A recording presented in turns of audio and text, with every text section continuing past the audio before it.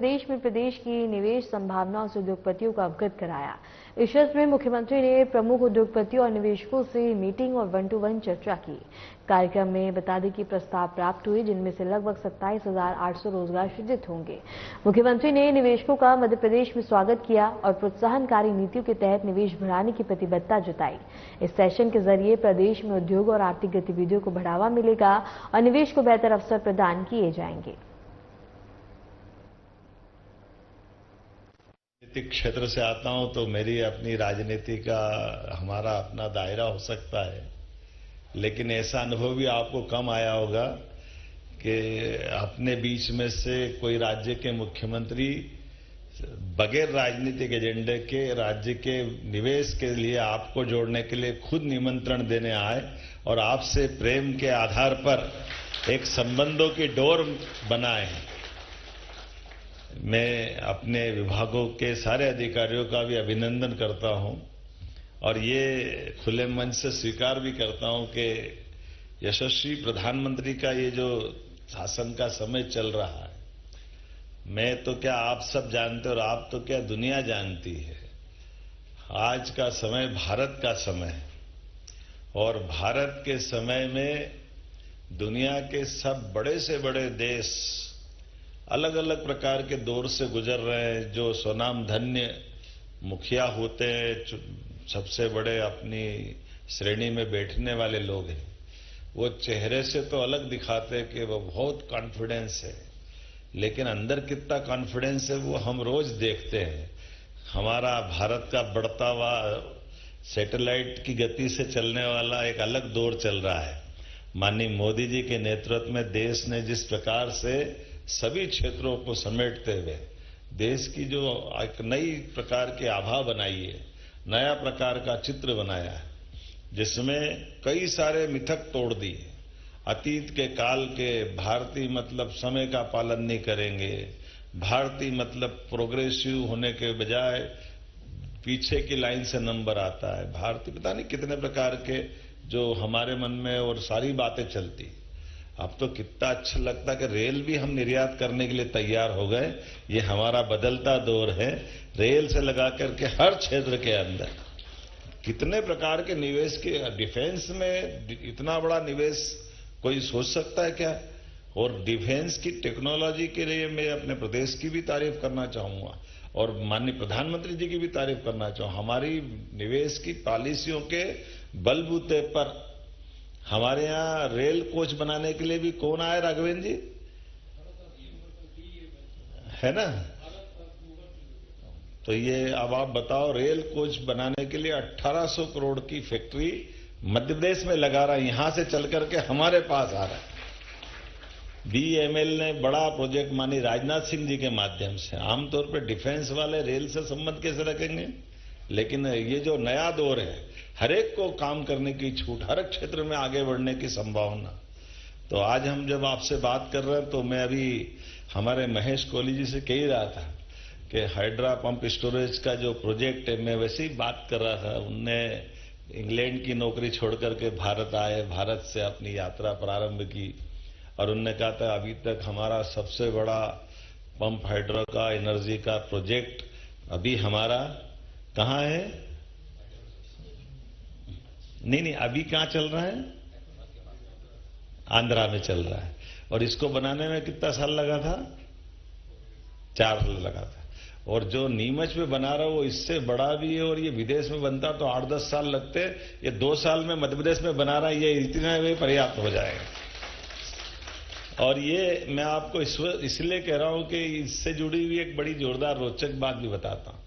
कभी कभी क्या होता कि पॉलिसियां तो लिखी होगी चाहे जो, ये भी है छूट देंगे, वो भी बात करेंगे, बिल्कुल सही कहा। मैं आपका सुधाकर आप हमारे माननीय जयदेव जी का धन्यवाद देना चाहूंगा कि आपने जो जो बात कही बिल्कुल सही बात है। ये तो हमने सारी बातों को करने के लिए अपने पावर सारे अधिकारियों को दे के रखे ही है कि आखिर हमने कोई कमिटमेंट किया है तो कमिटमेंट को तुरंत पूरा कराना चाहिए। लेकिन वो तो लिखित में है, उसको करना है तो वो उनके दायरे में करेंगे। अब जो बगैर लिखा हुआ वो कैसे होना चाहिए? तो जैसे इनका विषय आया तो इन्होंने कहा कि हम इस पर और तेजी से काम कर सकते हैं तो पंप हाइड्रा के लिए जो पंप स्टोरेज के लिए जो नीचे चंबल का पानी है वो राजस्थान सरकार और मध्य प्रदेश दोनों के बीच का डैम है और ये पानी निकल करके मध्य प्रदेश से सीधा राजस्थान में जाता है। तो राजस्थान वाले पानी को हाथ नहीं लगाने देते हैं क्योंकि वो पानी का विषय तो ऐसे ही रहता है। तो गर्मी के दिन में पानी निकाल देंगे तो बाद में फिर कष्ट आ जाएगा। तो इनने कहा अगर वो पानी निकाल नहीं देंगे तो हमारा नीचे का प्रोजेक्ट कैसे बनेगा। इनने भी बड़ा अच्छा टेक्नोलॉजी लगाई। आमतौर पे पंप स्टोरेज में दोनों तरफ टैंक चाहिए। ये हैदराबाद से है तो और अच्छा, हमको मैंने पहले ही तारीफ कर दी हैदराबाद के लोगों की। उन्होंने कहा यार ऊपर नीचे डैम बना हुआ, ऊपर ही तो टैंक बनाओ, नीचे डालो ऊपर निकालो, क्या फर्क पड़ता है, दो क्यों बनाओ, एक ही बना लो। इनने और अच्छी टेक्नोलॉजी लगा दी। तो जो बड़े बड़े डैम हमारे हैं नीचे के, तो मैंने ऐसे मित्रता के बस मेरे राजस्थान के माननीय मंत्री मुख्यमंत्री भजन लाल जी से मेरे बहुत अच्छे संबंध है। ये केवल इसलिए बता रहा हूं कि माननीय मोदी जी के नेतृत्व में कितने बड़े बड़े काम हो रहे हैं। हमारी सबकी राज्यों की भावना भी बदल गई कि आखिर राजस्थान, मध्य प्रदेश, उत्तर प्रदेश जैसे कर्नाटक, तमिलनाडु, आंध्र, ये भाई भाई तो है। हमारे पास पानी बहुत है मध्य प्रदेश के पास। तो मध्य प्रदेश का पानी राजस्थान में जाए तो 20-25 साल से मुकदमा चल रहा था। पार्वती, कालीसिंध, चंबल का इधर का पानी ज्यादा क्यों ले ले, कम क्यों ले ले, इसी बात का झगड़ा। हमारी सरकार बनी, उनकी सरकार बनी संयोग से, तो हमने दोनों ने मिलकर तय कर दिया कि 5% वो ज्यादा पानी ले रहे, तो हमने कहा दे दें दो, वो कौन से पाकिस्तान वाले, अपने ही तो है, तो पानी तो देना है, हमको क्या फर्क पड़ रहा है। मध्य प्रदेश तो नदियों का मायका है, 250 से ज्यादा नदियां हैं। लेकिन पता नहीं क्या ये लोकतंत्र की एक लीला होती कि वहां कांग्रेस की पार्टी थी या हमारी पार्टी थी, तो इस झगड़े में मालूम पड़ा 20-25 साल तक पूरा राजस्थान, हमारे यहां तो पानी की फिर भी पर्याप्त उपलब्धता, लेकिन वहां के 15-17 जिलों में बहुत भयंकर स्थिति थी।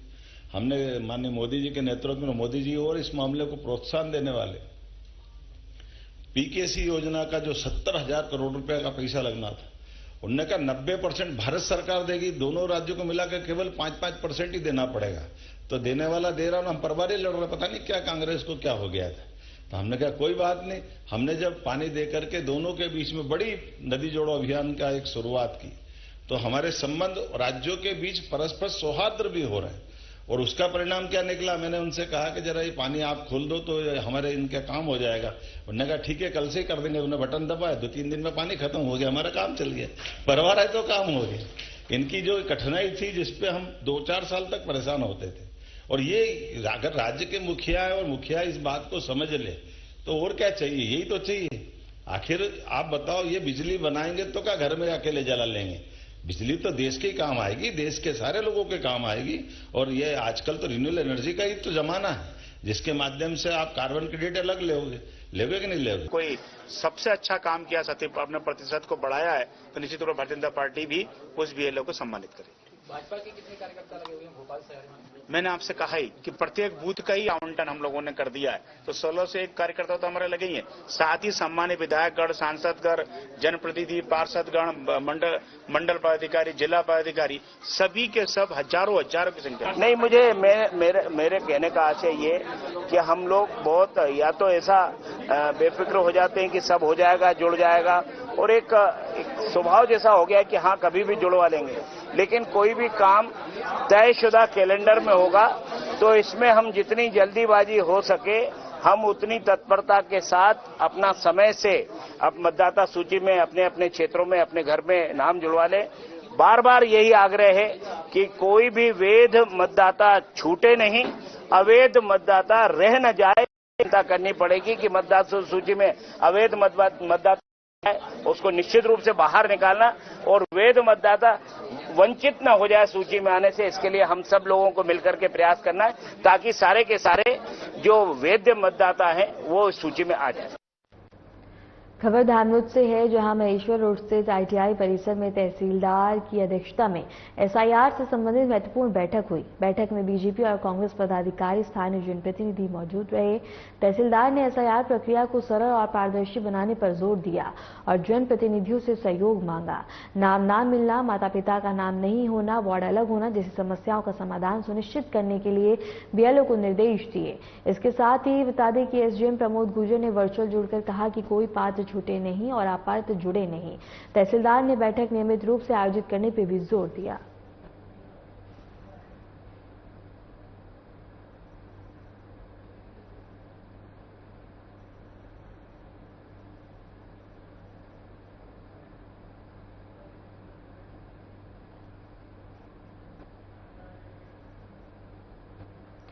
उज्जैन के प्रसिद्ध महाकालेश्वर मंदिर में शुक्ल पक्ष की तृतीया तिथि पर विशेष आरती का आयोजन किया गया। सुबह से ही देश भर से आए श्रद्धालुओं ने मंदिर में दर्शन कर प्रभु महाकाल की भक्ति में लीन होकर आरती में भाग लिया। मंदिर परिसर में सुरक्षा व्यवस्थाओं का विशेष ध्यान रखा गया था ताकि सभी भक्तों और सहज और सुरक्षित वातावरण में पूजा अर्चना का अवसर मिल सके। इस मौके पर भक्तों ने धार्मिक अनुष्ठान के साथ साथ प्रसाद ग्रहण किया और मंदिर में शांतिपूर्ण वातावरण का आनंद लिया।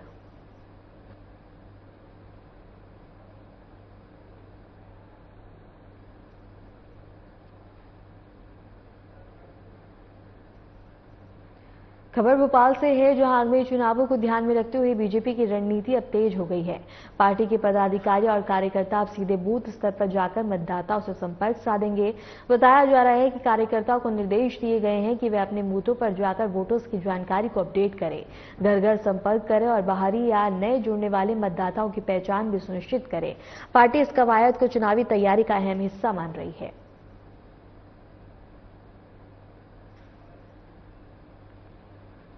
मध्य प्रदेश सिविल जज भर्ती 2022 में SC/ST वर्ग के उम्मीदवारों को बेहद कम चयन मिलने के बाद हाईकोर्ट ने कड़ा रुख दिखाया है। कोर्ट ने कहा है कि आरक्षित वर्ग के योग्य उम्मीदवारों की अनदेखी नहीं हो सकती।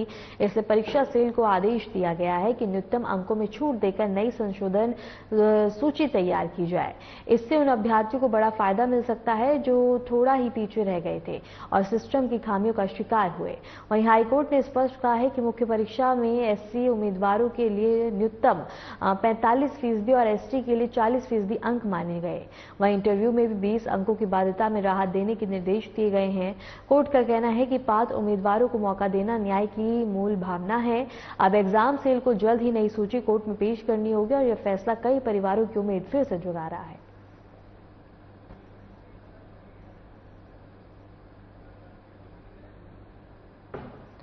खबर बुरहानपुर से है, जहां लालबाग थाना क्षेत्र के चिचला निवासी को अज्ञात हमलावरों ने गोली मार दी। गोली सीधे पेट में लगी और युवक गंभीर रूप से घायल हो गया। उसे जिला अस्पताल में भर्ती करवाया गया। परिजनों और पुलिस के अनुसार यह मामला पुरानी रंजिश से जुड़ा हो सकता है।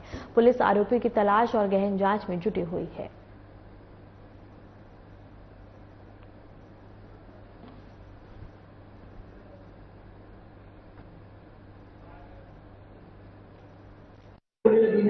फिर रात में हल्दी में से आ रहा था, फिर हल्दी में से आया तो उन्होंने उसको चौराहे पे घेर लिया। 4-5-8 लोग थे वो तो। कहाँ की बात है? ये लालबाग चौराहा स्टेशन बस के। कितने बजे की? ये 1 से 1:30 बजे की। तो क्या मारा इनको? इसको गोली मारी है। कहाँ पर? यहाँ पेट पे। क्या नाम है इनका? सचिन माने। कहाँ रहते? दत्तमती चिंचाला। इसके पहले भी एक घटना हो गई है। इसने रिपोर्ट डाली थी शिवाजी नगर में। इसके पीछे बंदूक लेके भगे थे वो, तो ये जब भग गया था और कल रात में इसको गोली उन्होंने मार दी। तो पुरानी रंजिश? नहीं, पुरानी रंजिश कुछ भी नहीं। कांग्रेस ने बीजेपी सरकार पर सरकारी पैसों से वोट खरीदने का आरोप लगाया और चुनाव आयोग से तत्काल कार्रवाई की मांग की है। कांग्रेस पार्टी ने कहा कि मध्य प्रदेश, बिहार, महाराष्ट्र और अन्य बीजेपी शासित राज्यों में सरकारी योजनाओं के जरिए चुनाव आचार संहिता का उल्लंघन हो रहा है। प्रतिनिधि मंडल ने मुख्य निर्वाचन पदाधिकारी को ज्ञापन सौंपा और कहा कि लाडली बहना योजना, इज्जत धन जैसी योजनाओं के माध्यम से मतों को प्रभावित किया है।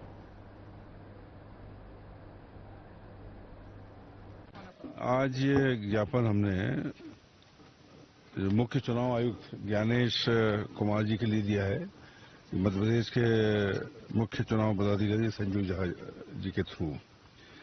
और इसमें ये कहा है, हमने ये मांग की है कि बिहार चुनाव हुआ तो 10,000 रुपए पर महिला इन्होंने बांट दिए और आचार संहिता में बांट दिए।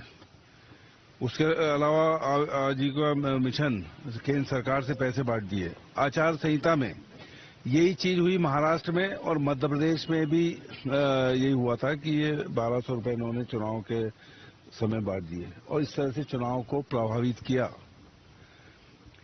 इसलिए ये मांग है हमारी कि ऐसा चुनाव आयोग ऐसा नियम बनाए कि अपोजिशन पार्टी, कोई भी अपोजिशन पार्टी हो, और जो कैंडिडेट हैं वो भी पैसे सरेआम बांट सके। अगर वो बांट रहे हैं तो इंडिविजुअल कैंडिडेट और पार्टियां भी बांट सके जो पावर में नहीं है। ये नियम चुनाव आयोग बनाए, ये मांगे जिससे ये चुनाव प्रभावित नहीं हो, कि एक तरफा हो रहा है कि इनकी सरकार है बीजेपी की, उन्होंने केंद्र से और यहां से पैसे बंटवा दिए एक एक महिला के नाम और दूसरे अलग अलग तरीके से बंटवा दिए। ये मांग हमने की है और आज जो कुछ भी रिजल्ट आए मध्य प्रदेश, बिहार, महाराष्ट्र, हरियाणा, ये सब इन्हीं वजहों से प्रभावित हुए हैं। ये प्रभावित आगे चल के जो चुनाव हो उसमें न हो, इसलिए ये छूट दी जाए, ये मांग की है। और इसमें बीजेपी सरकार ने जो मुख्य चुनाव आयुक्त है उसके खिलाफ कोई कंप्लेंट नहीं हो सकती, ये नियम ले आए। तो निर्भीक होके वो जो सरकार है उसकी मदद करता है, उनके हिसाब से काम कर रहे हैं। रायसेन जिले के बागसपुर गांव में उस समय हड़कंप मच गया जब गांव के आसपास एक बाघ घूमता हुआ दिखाई दिया। बाघ को देखते ही ग्रामीणों में दहशत फैल गई, लेकिन लोगों की अचानक बड़ी आवाज और शोर को सुनकर बाघ पास के झाड़ियों में छिप गया। सूचना मिलते ही वन विभाग में हरकत में आया और हालात की गंभीरता को देखते हुए डीएफओ खुद मौके पर पहुंचे और देर रात तक अपनी टीम के साथ गाँव में ही रुके। वन विभाग की टीमें गाँव में लगातार पहरा दे रही हैं ताकि किसी प्रकार की अनहोनी ना हो और बाघ को सुरक्षित तरीके से जंगल की ओर वापस भेजा जा सके। ग्रामीणों को सतर्क रहने और रात में घरों से बाहर ना निकलने की सलाह दी गई है।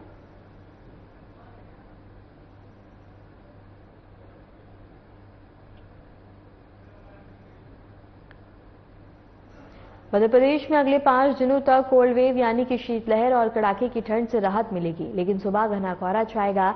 ऐसे में बता दें कि एक्सपर्ट ने लोगों को कोहरे में सुरक्षित ड्राइविंग करने की सलाह दी है।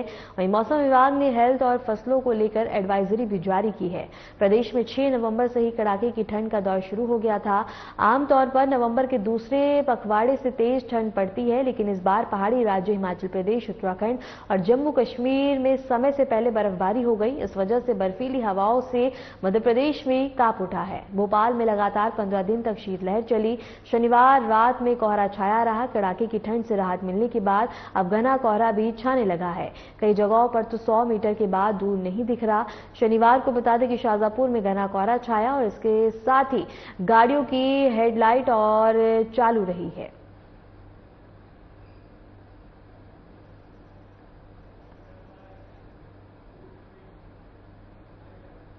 मध्य प्रदेश में पीएम श्री हेली पर्यटन सेवा को लेकर बड़ी खबर सामने आई है। हेलीकॉप्टर यात्रा कराने वाली कंपनी ने अब नए नियम जारी कर दिए।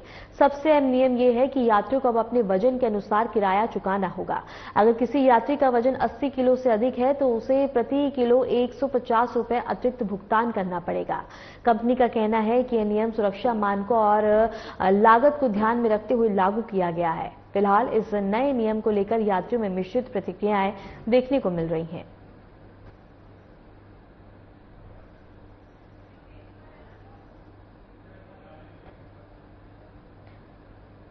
संत रितेश्वर महाराज ने एक महत्वपूर्ण बयान दिया। उनका कहना है कि मध्य प्रदेश में जल्द ही सनातन यूनिवर्सिटी खोली जाएगी। संत रितेश्वर महाराज ने यह बयान मुख्यमंत्री से मुलाकात के बाद दिया। उनका कहना है कि सीएम ने उन्हें पूरी मदद का भरोसा दिया है और सरकार इस परियोजना को आगे बढ़ाने में सहयोग करेगी।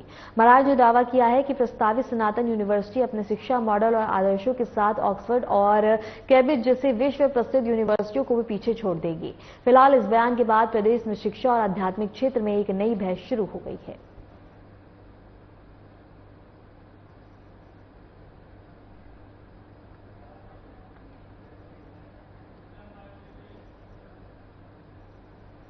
राजधानी भोपाल का एयर क्वालिटी इंडेक्स लगातार 300 के ऊपर बना हुआ है। शहर की हवा इन दिनों खतरनाक स्तर पर दर्ज की जा रही है और कई इलाकों में AQI लगातार 300 के पार रिकॉर्ड हो रहा है। प्रदूषण के बढ़ते स्तर ने शहरवासियों की परेशानी बढ़ा दी है। विशेषज्ञों के अनुसार AQI 300 से ऊपर पहुंचना बहुत खराब श्रेणी में माना जाता है, जिससे सांस और हृदय संबंधी दिक्कतों का खतरा बढ़ सकता है। प्रशासन और प्रदूषण नियंत्रण बोर्ड की टीमें निगरानी में जुटी हैं। वहीं लोगों को सलाह दी गई है कि सुबह शाम आवश्यक रूप से बाहर निकलने से बचें और मास्क का उपयोग जरूर करें।